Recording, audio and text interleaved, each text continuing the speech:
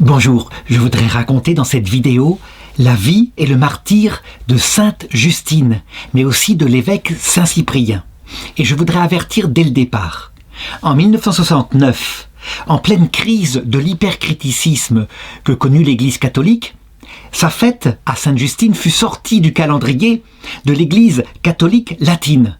Et évidemment, fort heureusement, il fut laissé dans le calendrier de l'Église catholique de rite grec, de rite syriaque, de rite melkite.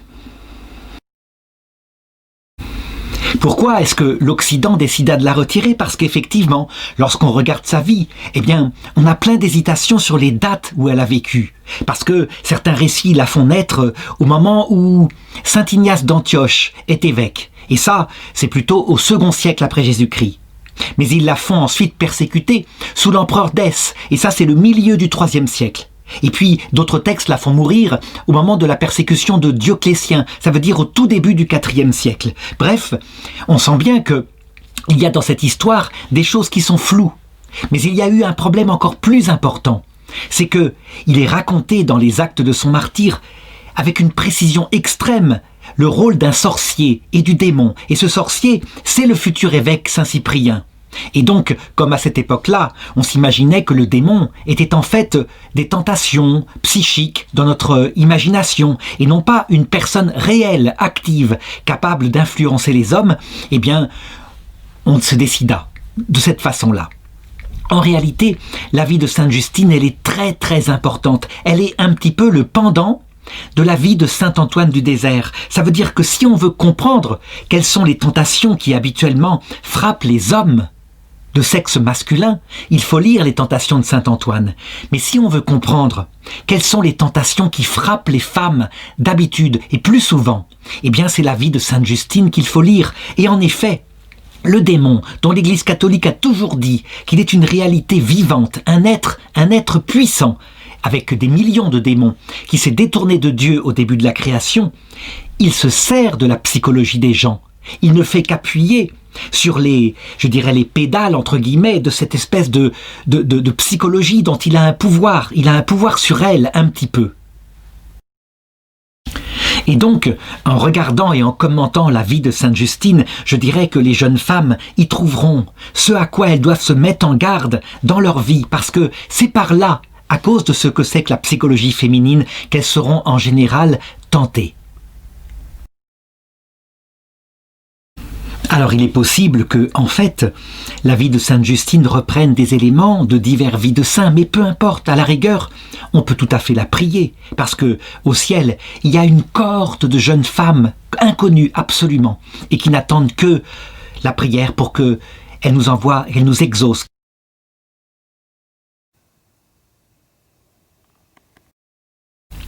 Lorsque l'on va sur les sites de l'église copte, qui est restée véritablement fidèle au souvenir de ces anciens martyrs du début de l'église, on lit que l'église célèbre le 21 août, c'est le mois copte, la fête de la mort de Sainte Justine. Qui est cette Justine, cette jeune fille qui est née probablement vers 280 après Jésus-Christ? Elle est la fille d'un prêtre des idoles païennes du côté d'Antioche. On sait comment l'Empire romain, à cette époque-là, est travaillé par le christianisme, mais en même temps, la place du paganisme est beaucoup plus forte, parce que c'est la religion d'État de l'Empire, et l'Empire lui-même, il accepte toutes les formes de paganisme qu'il peut y avoir. Toutes les formes de religion, non. L'Empire romain n'est pas un empire de tolérance. Il y a certaines limites qu'il ne faut pas dépasser. Il refuse par exemple le culte exagéré de Bacchus, là où il y a orgie, soulerie, etc. Mais aussi tout ce qui est sorcellerie, ça veut dire la sorcellerie qui va influencer les autres et apporter éventuellement des sorts pour détruire la vie des autres afin d'obtenir soit de la richesse, soit un avantage quelconque. Et puis, l'Empire romain déteste le christianisme parce que les chrétiens, ils semblent forts, ils s'opposent au rituel civique qui consiste à offrir de l'encens devant les statues de l'empereur afin de marquer son attachement à l'Empire. Toujours est-il que cette petite jeune fille, dans ce milieu païen, eh bien, elle est élevée et elle vit dans une ambiance qui à la fois est faite de superstition et en même temps avec un père et une mère qui sont des gens très bien, des gens justes. Toujours est-il qu'à un moment donné, vers l'âge de 16 ans, alors qu'elle va en ville, elle entend la prédication d'un diacre chrétien. Nous sommes donc vers 396 avant Jésus-Christ. La persécution qui va arriver n'est pas encore là. Et donc il y a une certaine liberté qui est laissée au christianisme, une prédication, même des églises qui ont pu se fonder ici et là. Ce diacre s'appelle, d'après la légende, Béraklios. C'est un nom grec. Cette jeune fille, Justine, dont le prénom signifie justice, droiture du cœur, eh bien, elle est touchée par cette histoire du Christ, Dieu fait homme, qui serait mort pour nous, et la grâce fond sur elle. Ça veut dire qu'elle devient chrétienne, elle demande le baptême,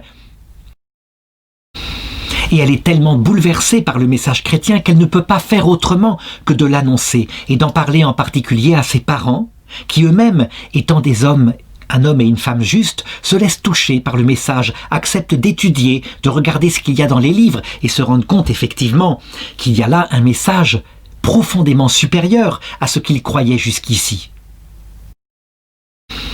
On ne peut pas dire qu'ils devinrent chrétiens comme cela, bien au contraire, il avait tout de même des charges de prêtre au niveau des temples des idoles, mais en tout cas, il était très ouvert à cela.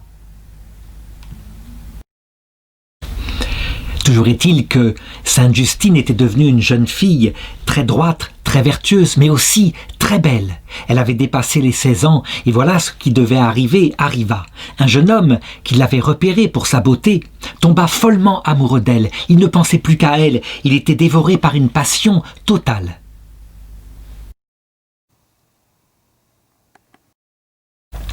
À cette époque-là, dans l'Empire romain, on ne peut pas fréquenter ainsi librement les jeunes filles et on doit s'approcher du père pour éventuellement lui demander la permission parce que le pater familias, il a tout pouvoir.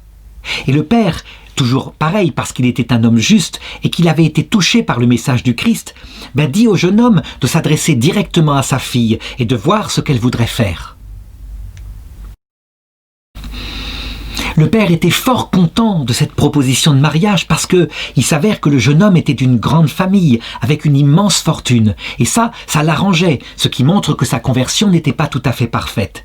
Toujours est-il que le père lui-même finalement alla trouver sa fille et lui parla de ce projet de mariage qui le contenterait énormément. Et c'est alors qu'elle leur révéla quel avait été son projet. Elle leur dit ceci: « Mon père, je ne désire pas me marier parce que je voudrais être la fiancée du Christ. Je ne puis m'attacher à quelqu'un d'autre que lui. » Dans une telle situation, on a vu dans l'Empire romain certains pères païens se servir de la loi romaine pour obliger leurs filles et véritablement jouer de leur pouvoir, quelquefois jusqu'à la mort, qu'on se souvienne du martyre de Sainte Cécile. Lui, manifestement, c'était un homme juste et il se contenta d'essayer de la persuader. Et elle lui répondit: « Père, ne brise pas ma détermination. J'ai fait le vœu de vivre dans la chasteté et toutes les fibres de mon être sont consacrées à mon Sauveur. Alors, je te demande de ne plus m'entretenir de ce sujet, car je ne veux aucunement te désobéir, mais j'obéis à Dieu. » Loin de se fâcher, ce père fut au contraire très admiratif devant la détermination et la force de cœur de sa fille, et il lui dit ceci: « Que Dieu soit avec toi, ma fille, et qu'il bénisse ta résolution, et qu'il te donne la force nécessaire de vivre dans la sainteté, et qu'il te donne aussi la consolation en remplissant ton cœur de son amour, ce qui donnera à ta vie un état de sainteté perpétuelle. » Et ensuite, il lui fallait accomplir la mission. Il retourna voir le jeune homme qui s'appelait Aglédios, qui est un nom grec, et il lui annonça la détermination de sa fille en lui disant que manifestement, elle voulait se consacrer à Dieu. C'était évidemment un aveu extrêmement dangereux, à cette époque où le christianisme n'avait pas encore été toléré, comme le fit plus tard l'empereur Constantin, vers 313. Le jeune homme fut profondément blessé et triste de la résolution de Justine et il demanda au père la possibilité d'approcher la jeune fille pour essayer de la convaincre, pour manifester son grand amour pour elle. Et il utilisa tout ce que peut apporter la poésie. D'ailleurs, les actes de Justine racontent qu'il se changea en un passereau. Ça veut dire un oiseau qui vole et qui chante et qui chantonne autour de Justine. C'est d'une très belle poésie, mais ça indique que quand un jeune homme est amoureux comme ça d'une jeune fille qui manifestement est magnifique, mais virginale, eh bien il peut se faire poète. Et même si ses intentions ne sont pas tout à fait pures, il trouve les mots. Et les mots peuvent véritablement séduire le cœur de n'importe qui. Toujours est-il que Justine, le voyant ainsi, qui allait jusqu'à prendre une échelle pour grimper à sa fenêtre, lui suggéra d'arrêter là ses folies, qu'elle ne changerait pas de détermination. Et de peur qu'il ne tombe, eh bien, elle le raccompagna jusqu'en bas. Il rentra chez lui, mais il était loin d'avoir arrêté son combat. Les actes de Justine racontent que ce fut là la première tentation de Justine, justement, et qu'en fait c'était le diable qui chantait à travers la voix de ce jeune homme sous la forme du plus beau, du plus romantique des oiseaux. En réalité, on peut effectivement comprendre ce qu'il en est. Le cœur des jeunes femmes, des femmes en général, est très sensible à tout ce qu'est la beauté, ce sentiment amoureux qui naît dans le cœur. Autant on peut dire, lorsqu'on regarde par exemple saint Antoine du désert, qu'il est tenté comme un homme est tenté habituellement. Ça veut dire qu'il voit apparaître autour de lui, alors qu'il pratique le jeûne, une extrême volonté de se consacrer à Dieu. Il voit apparaître toutes sortes de tentations sous forme de poulet grillé, séculent, etc., avec du jus qui véritablement le fait saliver, mais aussi de femmes au corps sublime dont il rêve toute la nuit. Les hommes sont beaucoup plus matériels et souvent sont tentés par ce qui sont ces plaisirs-là. Tandis que les femmes, plus spirituelles, mais qu'en apparence, sont plutôt tentées par ce qui est sentimental, ce qui va venir prendre leur cœur plus que leur corps.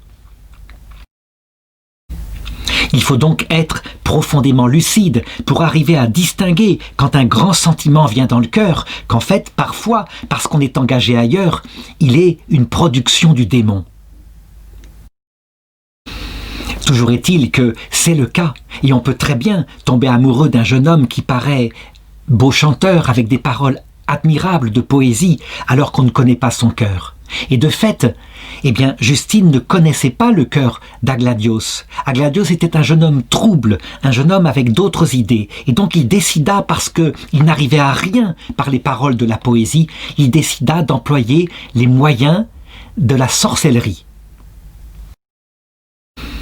Il y avait dans la ville d'Antioche un sorcier de très grande intelligence qui toute sa jeunesse avait été élevé par ses parents dans l'apprentissage non seulement de la psychologie humaine, mais aussi des moyens de la faire céder par la puissance et le pouvoir du diable. Et il se servait de ces esprits-là qui véritablement agissaient à sa demande en échange de quelques dons et de son âme en particulier. Et c'est vrai qu'il en tirait beaucoup de bénéfices, de l'argent en quantité. Il s'avère qu'Agladios était très riche et donc il vint trouver Cyprien pour lui demander, pour lui expliquer qu'il fallait faire céder le cœur de cette jeune fille par un moyen magique, d'une façon ou d'une autre. Cyprien reçut l'argent et il assura à Agladios que ce serait vite fait, qu'il avait évidemment des démons d'une grande puissance qui sauraient changer le cœur de cette jeune fille.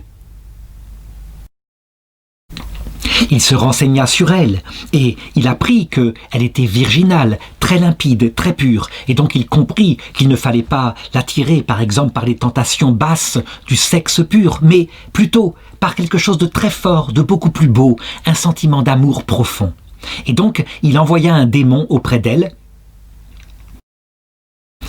Par le moyen suivant, il demanda à Agladios de faire le tour de sa maison et de répandre partout, tout autour, un certain filtre d'amour, en tout cas un sacramental du démon qu'il avait fabriqué. Et il avait fait un pacte avec le démon. Alors je voudrais m'arrêter ici, et j'entends certains qui disent « manifestement, ce n'est rien que cela, c'est tout simplement une superstition ». Si on en parle à nos frères chrétiens africains, qui ont connu, il y a à peine un siècle, les sorciers, et je dirais tous ces rituels anciens qui datent de la nuit des temps, eux parleront tout à fait différemment. Il s'avère que nous, en Occident, on peut dire qu'on est beaucoup plus tenté par le démon parce que la ruse suprême qu'il a fait, c'est de faire croire qu'il n'existait pas et que tout cela était des phénomènes purement psychologiques. Les Africains savent que quelquefois, un véritable ange, un provocateur, quelqu'un vient appuyer sur, je dirais, notre faiblesse, où il faut, pour qu'on y tombe. Alors on pourrait répondre, mais Justine, elle était chrétienne, elle était donnée au Christ, et donc le démon ne reçut aucun pouvoir de l'approcher. En réalité, le Christ laisse approcher le démon, jusqu'à une certaine limite, et tout cela parce que finalement, ça ne peut que servir au bien de celui qui s'est donné à lui, en provoquant en lui d'abord une connaissance de sa propre faiblesse, de ses propres limites. Et une connaissance que c'est le Christ lui-même qui lui donnera la force de tenir. Toujours est-il qu'à partir de ce jour-là, Justine, qui vivait dans une vie de prière consacrée à Dieu, et en étudiant, en cherchant à connaître de mieux en mieux la foi, commença à éprouver une tentation qui s'imposait à elle de plus en plus fortement. En réalité, alors qu'elle priait le Seigneur, il lui venait des distractions et elle se mettait à penser de plus en plus fort à Agladios et à l'amour qu'il pourrait lui donner. Comment distinguer que ça vient du démon ou que ça vient de sa propre psychologie? Ce n'est pas facile, ça ressemble tout à fait. Mais on peut dire que la marque du démon, c'est quand ça se fait obsédant, de plus en plus fort, qu'on perd même quelquefois sa lucidité. Et c'est ce qu'on appelle une obsession démoniaque. Effectivement, les psychologues diront « mais ça ressemble tout à fait, simplement, à une passion très forte ». Ils ont raison, sauf que la cause n'est pas la même. Et ce qui démontra à la petite Justine que ça ne venait pas simplement de sa psychologie, c'est qu'à un moment donné, dans sa détresse, pris par ce désir d'aimer un jeune homme qui était tout à fait adapté à son cœur, eh bien elle pria la Sainte Vierge en disant « Ô Seigneur Jésus, et toi, Sainte Vierge, priez pour moi. Montrez le chemin de la foi, et par votre amour pour moi, j'ai voulu vivre dans la chasteté. Je vous demande d'accepter l'intercession que je fais auprès de vous. Je vous supplie de me fortifier et de me protéger dans ma chasteté qui est menacée. Et je vous demande de me donner la force nécessaire pour que je puisse vaincre toutes les forces maléfiques qui veulent ma perte. Et si le Seigneur, je ne puis triompher, alors éloigne de moi ces difficultés. » Et ensuite elle fit son signe de croix, et aussitôt la tentation disparut.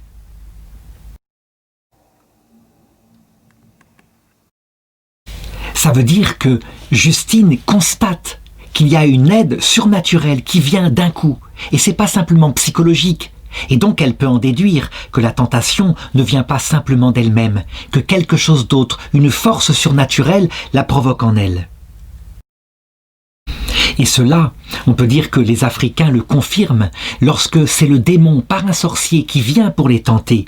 Souvent, effectivement, lorsqu'ils se mettent à porter la médaille de la Vierge, ou à prier, ou à dire le Notre Père, la chose et le pouvoir du démon s'arrêtent, ce qui indique que ce n'est pas simplement naturel. Donc c'est un premier discernement. Cependant, tout est mêlé, et les tentations vont continuer. Je voudrais indiquer maintenant comment est-ce qu'elles se produisent a priori pour un homme et pour une femme. Pour un homme, je l'ai dit très souvent, la tentation, c'est ce qu'a connu saint Antoine, elle démarre de son corps, de sa partie sexuelle, on peut dire, et il est tenté par des plaisirs. Et c'est ça qui peut provoquer un amour sentimental très fort, au point que certains hommes, après, peuvent s'attacher avec une force inouïe à une jeune femme. Pour les femmes, c'est souvent le chemin inverse. Souvent, ça commence par un amour du cœur, et un amour très fort, romantique quelquefois, illusoire, mais peu importe. Et c'est lui qui provoque un désir physique. Pour distinguer que ce n'est pas la volonté de Dieu dans ce cas-là, puisqu'elle est engagée ailleurs. C'est très compliqué, et beaucoup de femmes se font piéger. En effet, cet amour-là, qui paraît pur, qui est romantique, qui ressemble tout à fait à un amour spirituel, eh bien, elle peut s'y laisser piéger. Et si jamais une femme n'est pas lucide pour bien distinguer ce qui est son engagement, et là, en l'occurrence, pour Justine, c'est envers le Christ, mais pour une femme mariée, ça peut être la même chose, c'est son mari.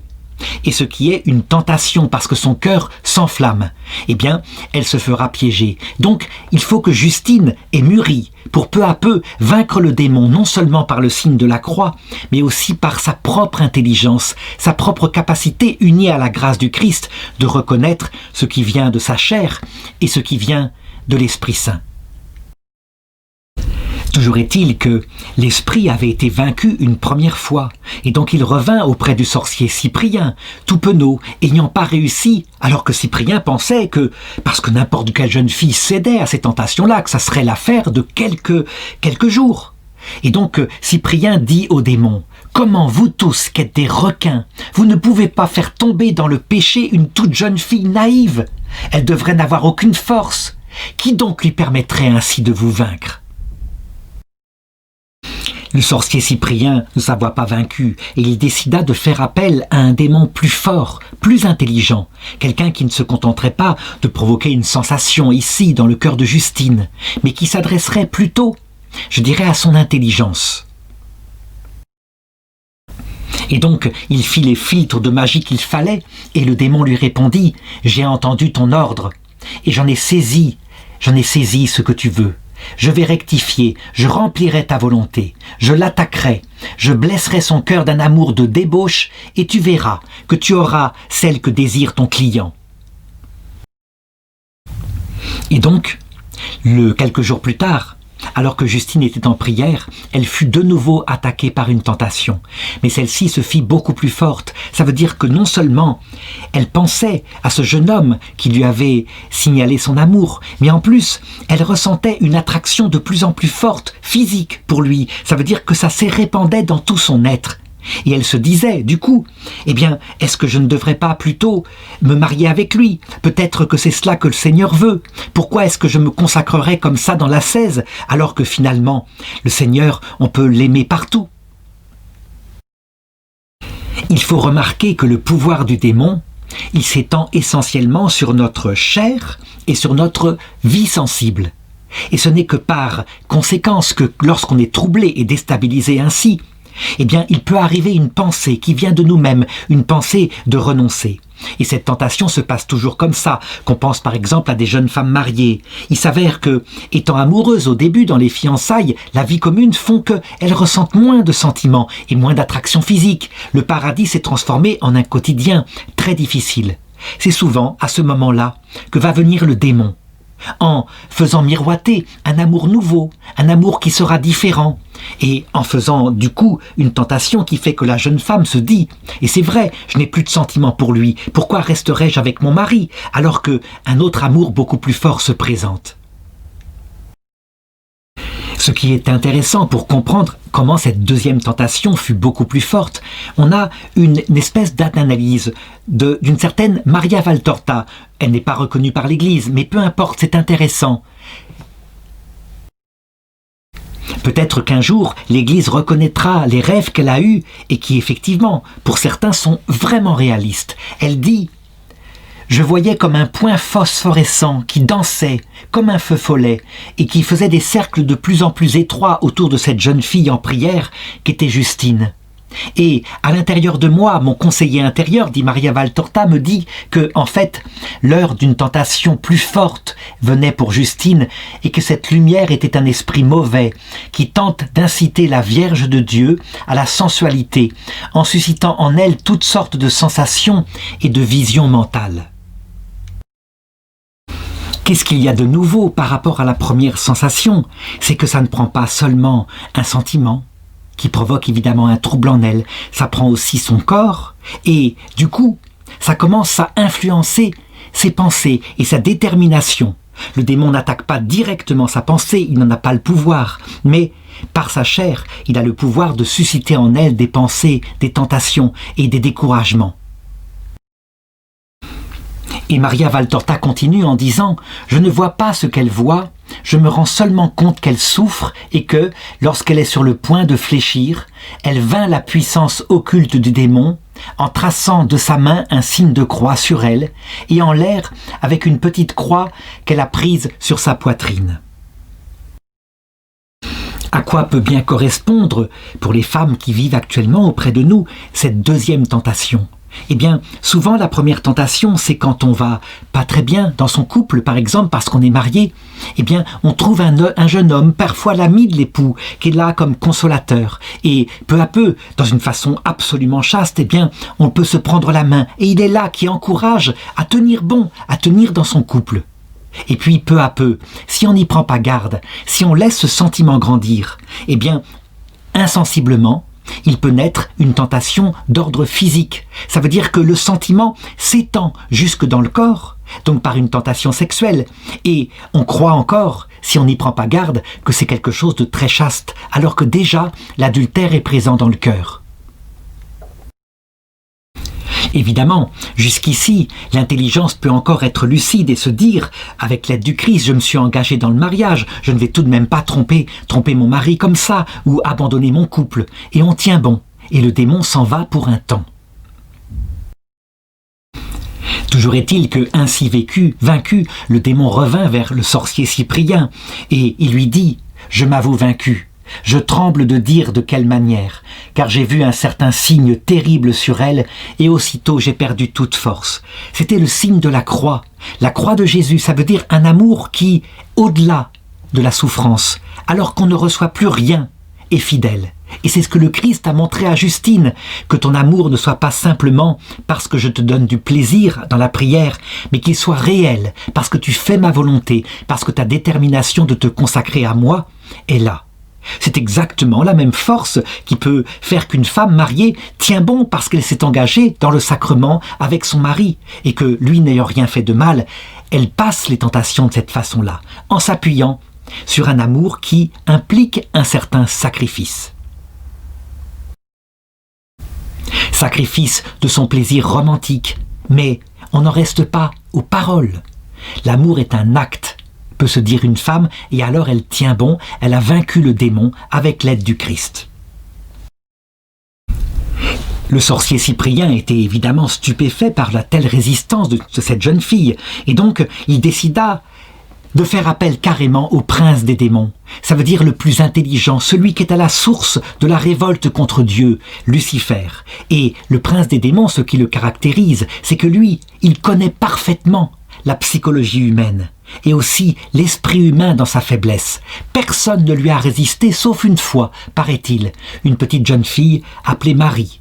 Et Marie, c'est spécial, mais c'est la seule dans l'histoire du monde.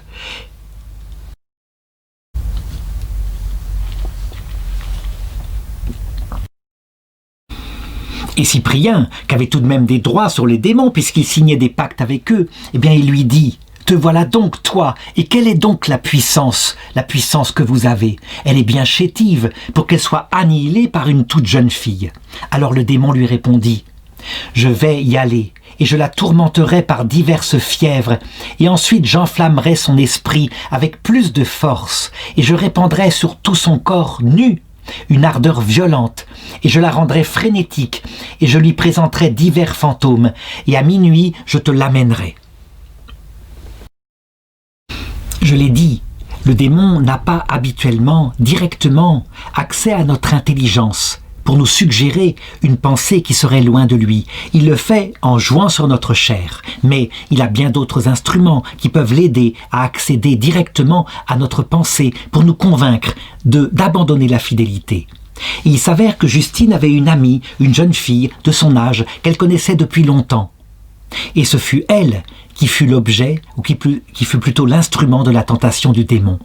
Justine un jour reçut son amie et elle lui avoua à quel point elle était tentée, elle était dans la sécheresse par rapport à sa prière, à quel point c'était difficile. Et la jeune fille, croyant bien faire peut-être, commença à lui parler en disant « Mais tu sais, ce n'est pas naturel de faire ce que tu veux faire, de te consacrer à Dieu, on est fait pour le mariage, on a droit à certaines joies. Qu'est-ce que c'est que cette idée que tu t'es mis dans la tête? D'abord, le Seigneur, il ne demande pas ça. On peut tout à fait se consacrer à lui dans le mariage. On le voit. Les arguments de l'ami de Justine étaient tout à fait empreints d'une certaine vérité. Et c'est vrai. On peut tout à fait se consacrer à Dieu dans le mariage. Ce n'est pas ça qui constitue la tentation. C'est plutôt l'idée que Justine s'est consacrée à Dieu. Elle a promis la fidélité.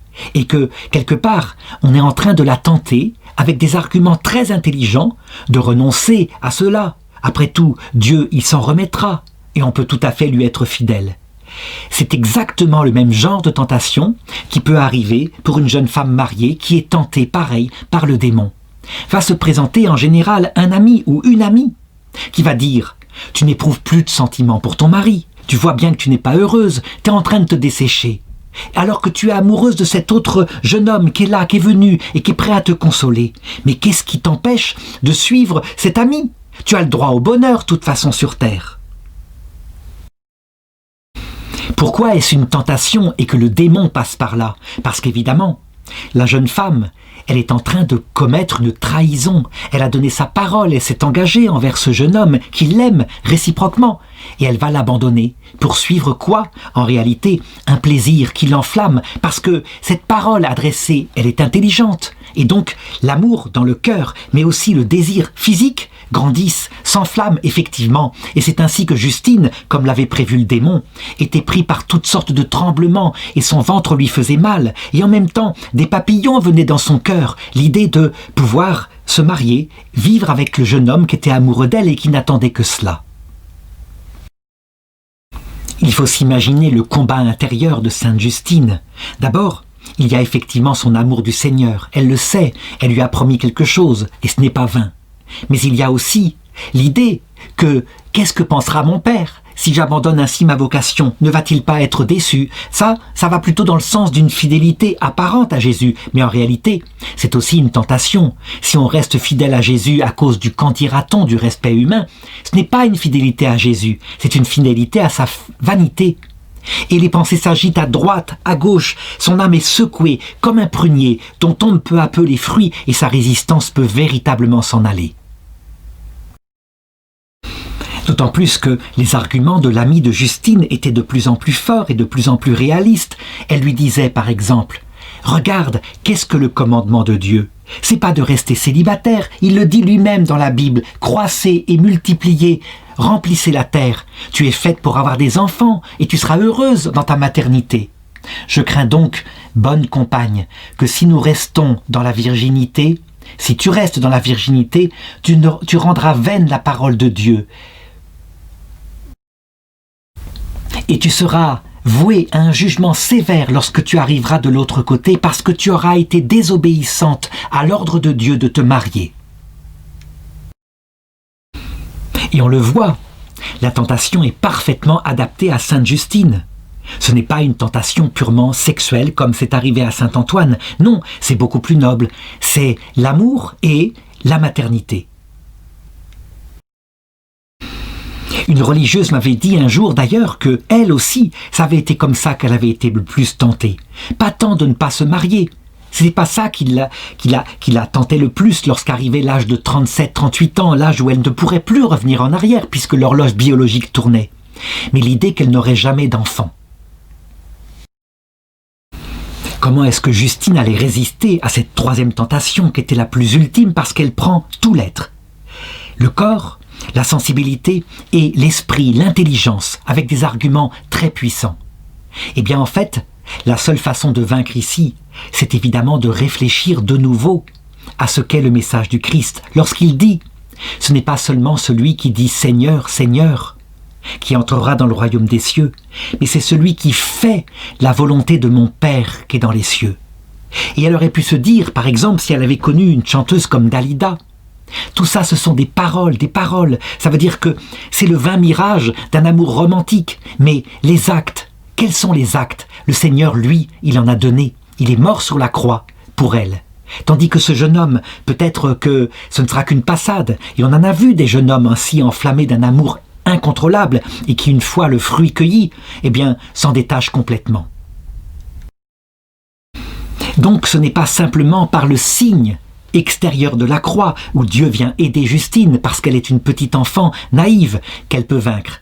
Maintenant qu'elle est grandie, qu'elle est plus mûre, c'est aussi par la réflexion sur ce qu'est la croix, sur l'amour qui implique un don fidèle, un sacrifice, et on ne peut pas faire autrement. D'où les paroles de la Vierge dans toutes ses apparitions qui parlent de prière et de sacrifice. Celui qui aime le plaisir sentimental ou physique n'aime pas, il aime son plaisir. Celui qui aime une personne alors que le plaisir sentimental ou physique sont moins forts, dans le cadre du mariage par exemple, celui-là vraiment, on peut le dire qu'il aime. Et c'est ainsi que Sainte Justine, lorsque son amie fut partie, réfléchit à tout cela, se porta de nouveau sur la contemplation de la croix, et cette fois elle le vainquit, en s'unissant spirituellement à la croix, et non pas simplement sensiblement.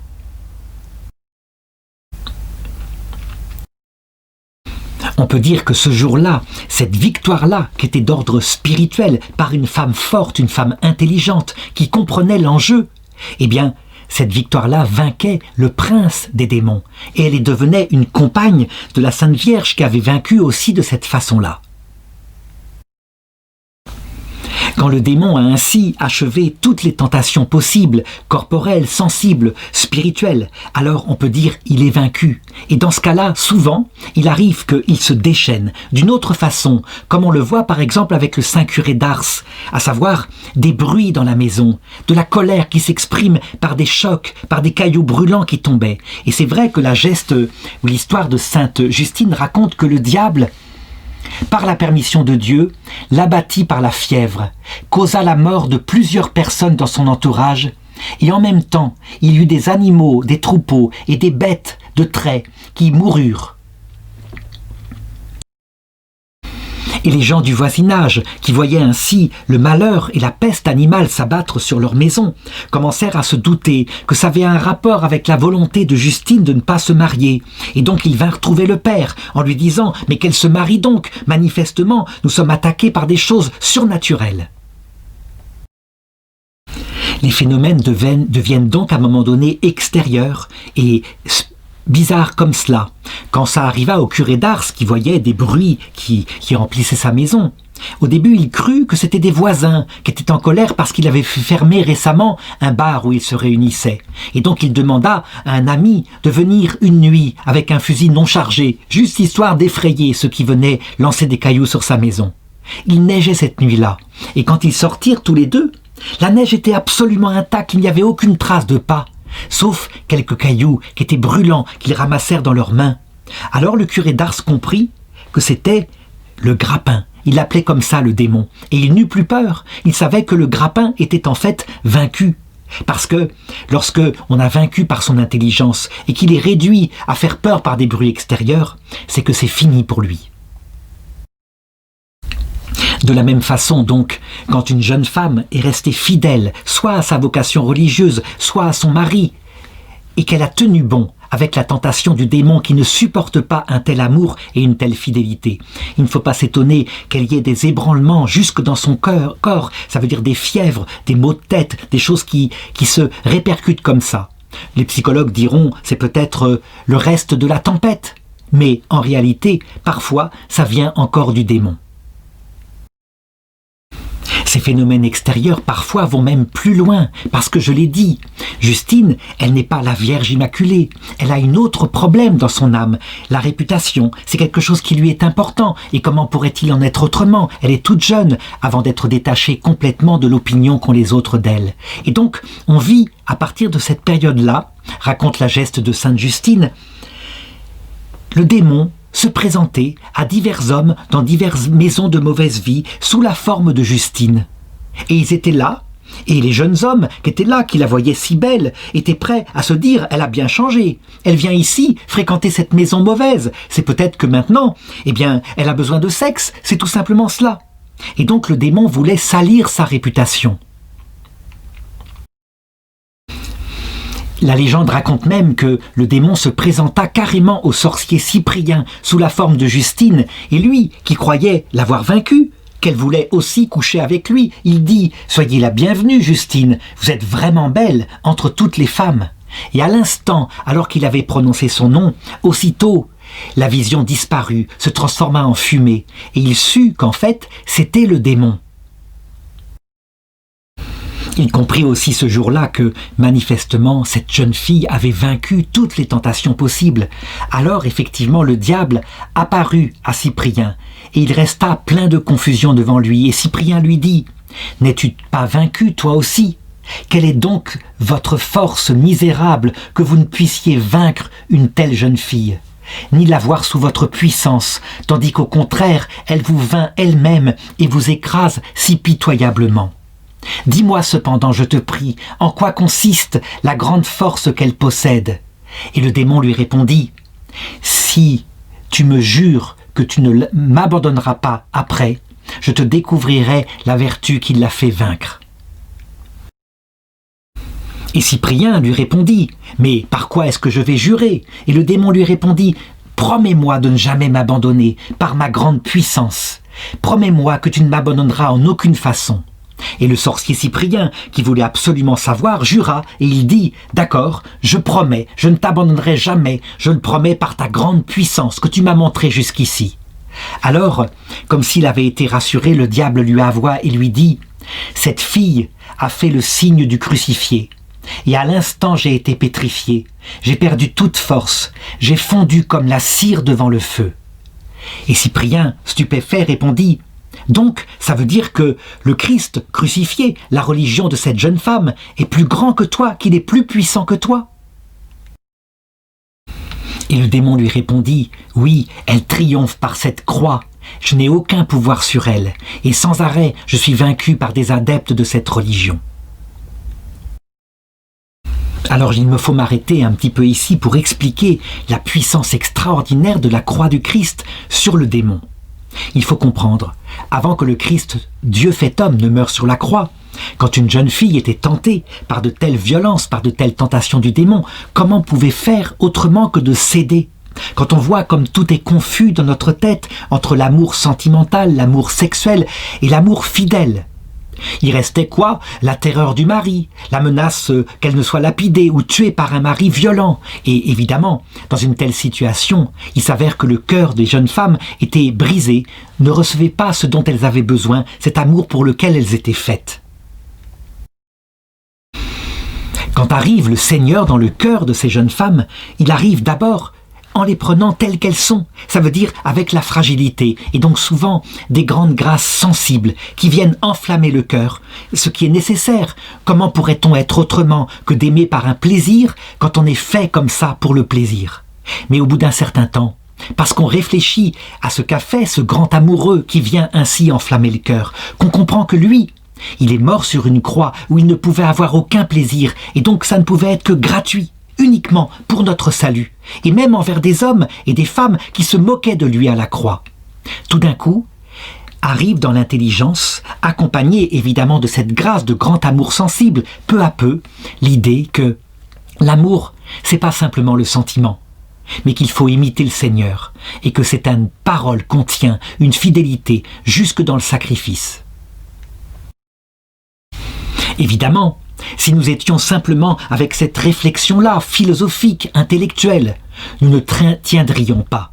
Donc qu'est-ce qui se passe? Qu'est-ce qui fait que des vierges de plus en plus nombreuses dans ce début du christianisme ont vaincu les plus grands périls se livrant au martyre? Eh bien, c'est l'alliance entre la grâce de Dieu qui ne les abandonnait jamais, qui ne les abandonnait pas seulement en leur donnant du plaisir, ça c'était le temps du début, mais par sa présence, par la présence de l'Esprit Saint dans le cœur, accompagnée de la part de la jeune femme, de la réflexion lucide, comme une épouse qui comprend qu'un tel amour lui a été donné.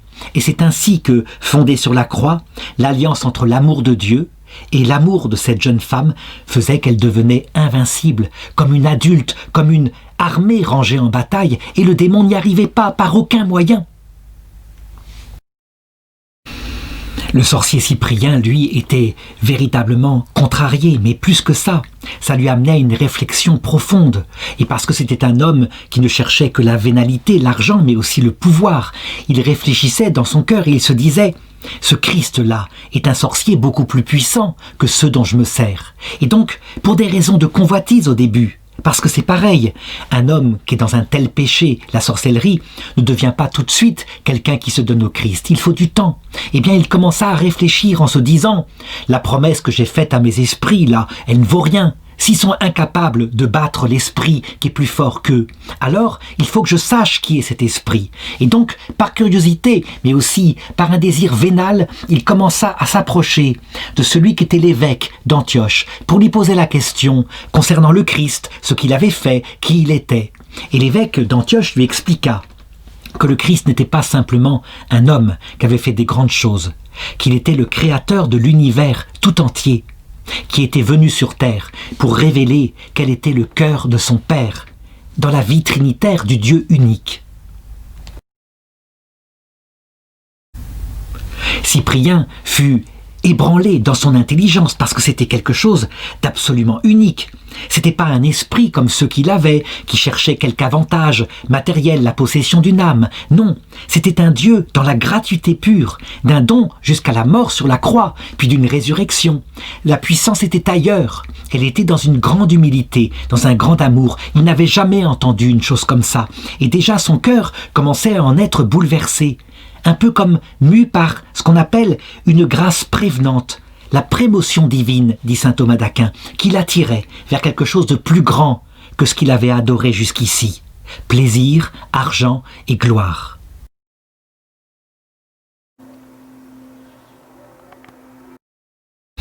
Il se passa quelque chose de plus, l'Esprit Saint tomba sur lui, et il sentit cette présence douce et forte à la fois.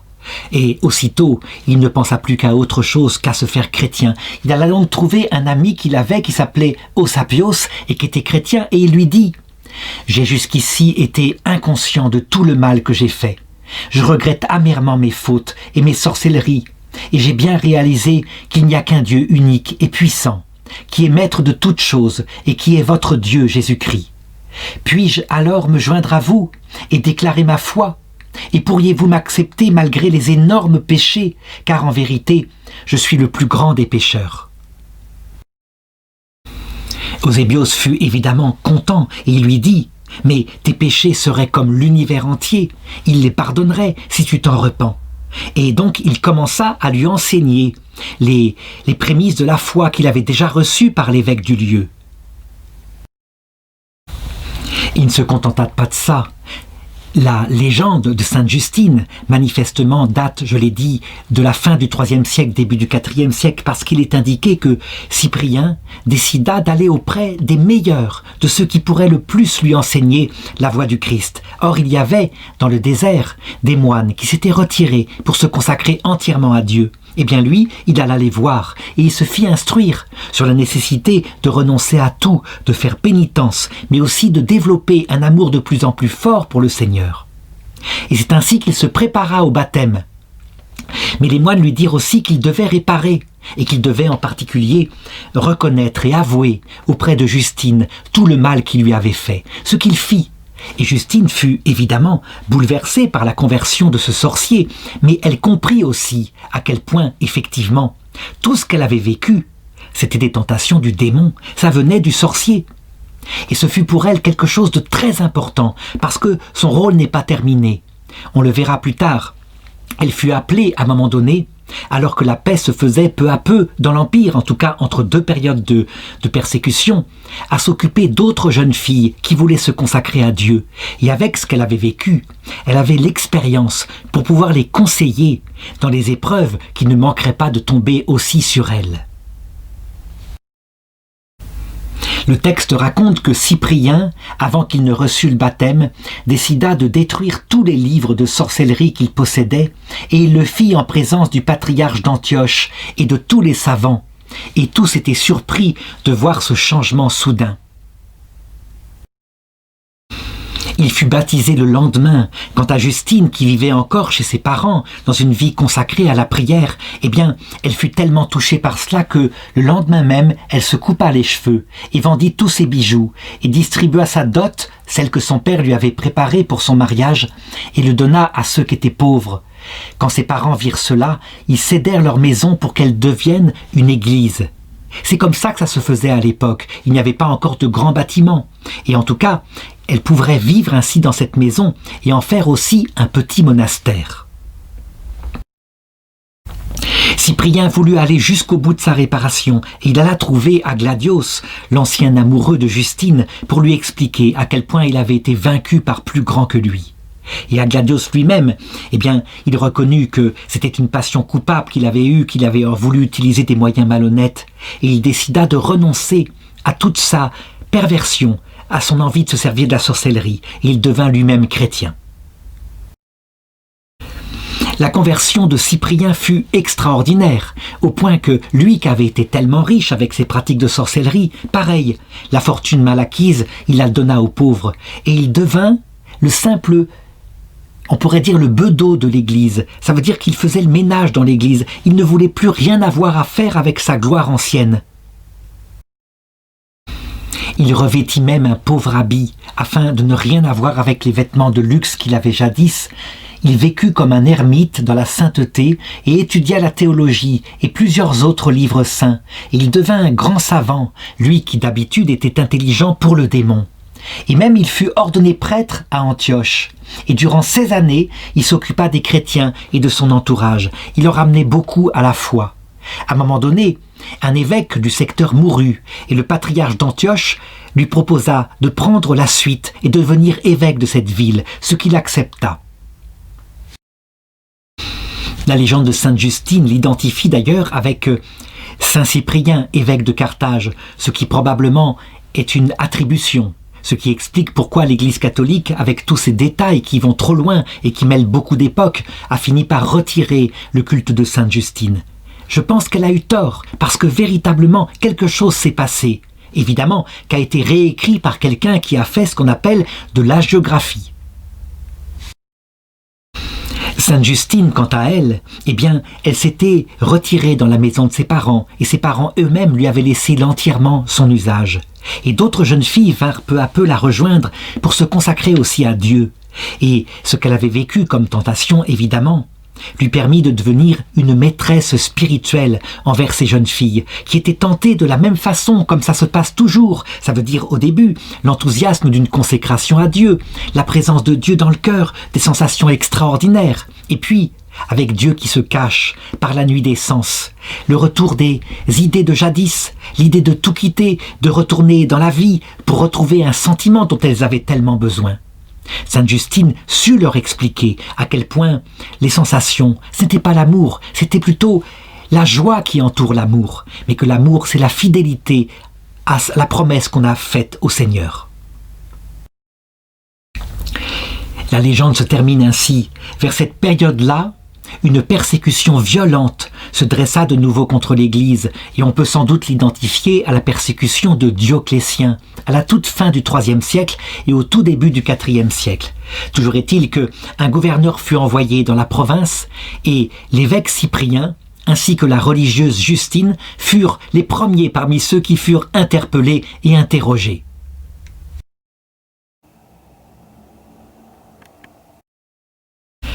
Comme ça se faisait à cette époque-là dans l'Empire romain, on commença, selon le droit, à les interroger pour savoir si vraiment ils étaient chrétiens. Et tous deux répondirent « Nous croyons en notre Seigneur Jésus-Christ, le Dieu qui créa les cieux et la terre, et le Dieu tout-puissant qui nous a créés et qui nous a donné la vie. » Alors, le gouverneur, comme ça se faisait à l'époque, essaya par tous les moyens de les détourner de leur foi, et le meilleur moyen, c'était pas forcément des tortures sauvages. Il envoya Cyprien dans les mines pour travailler avec des ouvriers. On pourrait dire c'est comme un camp de concentration. Donc les nazis finalement n'ont rien inventé, la sauvagerie humaine en est capable. Quant à Sainte Justine, elle fut mise en prison.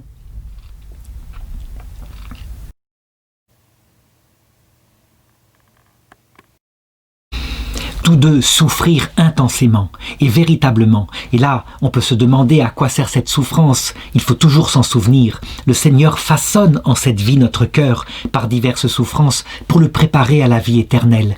Comme le dit Moïse dans le Deutéronome, chapitre 28, verset 65, « Parmi ces nations où tu seras dispersé, tu n'auras pas de tranquillité, il n'y aura pas de repos pour la plante de tes pieds. Mais là, Dieu te donnera un cœur tremblant, des yeux éteints, un souffle court. » Il est possible qu'à cette époque-là, Saint Cyprien et Sainte Justine ne comprennent pas que c'est nécessaire parce que nul ne peut voir Dieu sans mourir. Mais ce qui est certain, c'est qu'en contemplant la croix et les souffrances que leur Seigneur avait vécues, eh bien ils firent comme Saint Paul. Ils offrirent les souffrances en disant « C'est à cause de mon péché ». Et puis, je les offre pour t'aider, toi, Seigneur. J'achève dans ma chair ce qui manque à tes souffrances, et qu'elles servent aussi pour les pauvres âmes qui ne te connaissent pas encore. On peut dire qu'un grand amour comme ça fut entendu par le Seigneur, ce qui fit que, très vite après, très vite après cette dernière persécution de Dioclétien, l'Empire romain reconnut la religion chrétienne comme ayant des droits à égalité aux autres religions, avant que, 50 ou 60 ans plus tard, elle ne devienne, à cause de sa grande maturité, la religion même de l'Empire romain, et ça on le doit à l'empereur Théodose. La persécution se prolongea et l'empereur Dioclétien devint de plus en plus sauvage dans sa persécution. Un nouveau gouverneur arriva sur la région qui fit amener de nouveau Justine et aussi Cyprien en se disant que, après ces années passées en prison, il serait attendri. Et il leur demanda de nouveau de sacrifier aux idoles.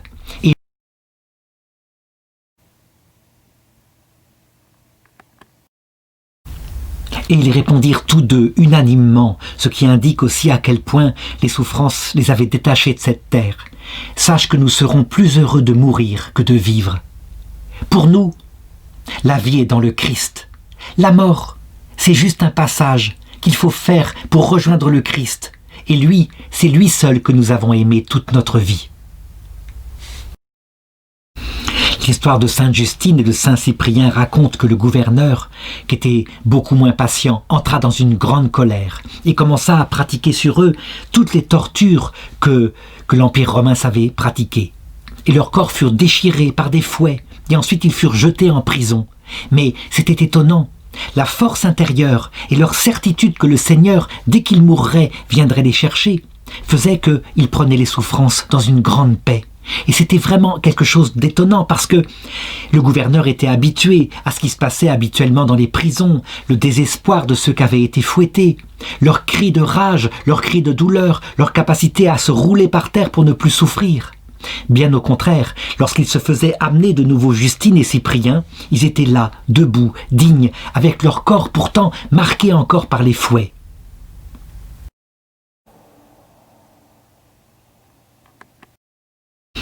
Très souvent, quand on donne à un gouverneur comme ça un pouvoir absolu, eh bien, puisqu'il est vaincu par des petites personnes comme ça, il se dit « moi je les aurai, il me faut simplement du temps et davantage de souffrance ». Et c'est vrai, on se dit qu'à un moment donné, à quoi pourrait-on résister? Toujours est-il qu'il dit à Cyprien « tu fus un grand sorcier, Cyprien, tu as réussi à sauver ton corps, eh bien, moi je ne te laisserai pas t'en tirer à si bon compte ». Et donc, la légende de Sainte Justine raconte comment il les tortura de 1000 façons, mais que eux prenaient les tortures paisiblement. On a un récit d'ailleurs, à peu près un siècle avant, le martyre de Sainte Perpétue de Sainte Félicité, qui raconte comment, quand ces jeunes femmes, qui avaient à peine 20 ans, qui étaient en prison, accouchèrent avec de grands cris, parce que c'était très douloureux, elles se firent moquer par un soldat qui dirent « Et vous qui demain allez être livrés au lion, ah, vous allez être moins malines !» Et elles répondirent « Là, nous souffrons pour nous-mêmes, mais dans l'arène, ce sera le Christ qui souffrira pour nous. » Et c'est ce qui se passa, si bien qu'en fin de compte, vaincus par ces deux personnes extrêmement dignes, que d'ailleurs les gardiens regardaient avec beaucoup d'admiration, eh bien le gouverneur les fit décapiter, et c'est ainsi qu'ils moururent, sans doute en 307 après Jésus-Christ. D'autres disent à d'autres dates, mais je crois que quand on recoupe tout, c'est plutôt vers cette date-là qu'on va. Quant au martyr de tous ces chrétiens, eh bien, à cette époque-là, il s'arrêta. Il s'arrêta pour toujours dans l'Empire romain, puisque, quelques années après, l'empereur Dioclétien allait mourir et son successeur, Constantin, allait avoir une grande victoire contre ses ennemis sous le signe de la croix, cette fameuse croix qui fut la marque principale de la fermeté de Sainte Justine jusque dans sa mort.